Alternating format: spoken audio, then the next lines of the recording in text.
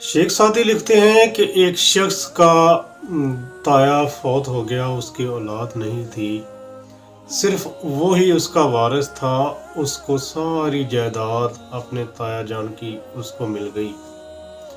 जब वो जायदाद उसको मिली तो वो बहुत ज़्यादा अमीर हो गया और उसने अपनी वो दौलत जो उसको विरासत में मिली थी वो ऐशो इशरत में लुटानी शुरू कर दी।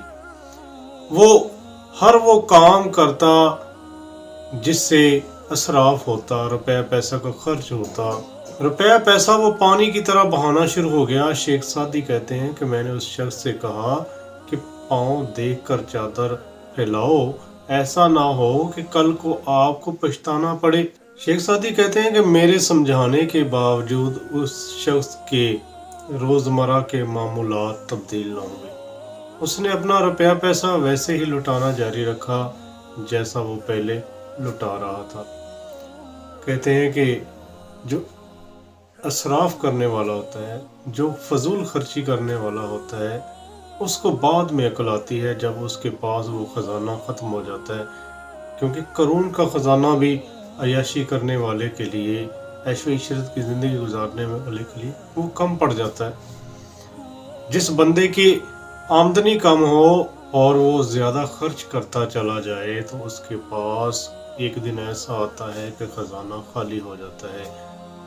शेख सादी लिखते हैं कि कुछ अरसे बाद मैंने उस शख्स को भीख मांगते हुए देखा। जब उस शख्स को भीख मांगते हुए देखा तो शेख सादी कहते हैं कि मेरा दिल चाहा कि मैं उस शख्स को तंज करूं, उसका मजाक उड़ाऊं और उसको वो बात याद कराऊं कि जब मैंने उससे कहा था कि बाज आ जाओ वरना तुम्हारे ऊपर ऐसे हालात भी आ सकते हैं जैसे हालात इस वक्त तुम्हारे हो चुके हैं। लेकिन शेख सादी कहते हैं कि मैंने उसको ये बात नहीं कही क्योंकि मैं उसके ज़ख्मों पर नमक पाशी नहीं करना चाहता था। तो नाज़रीन इकराम, बात करने का मकसद ये है कि आपको अगर अल्लाह ताला ने माल और दौलत दिया है तो वो उसका हिसाब लेगा।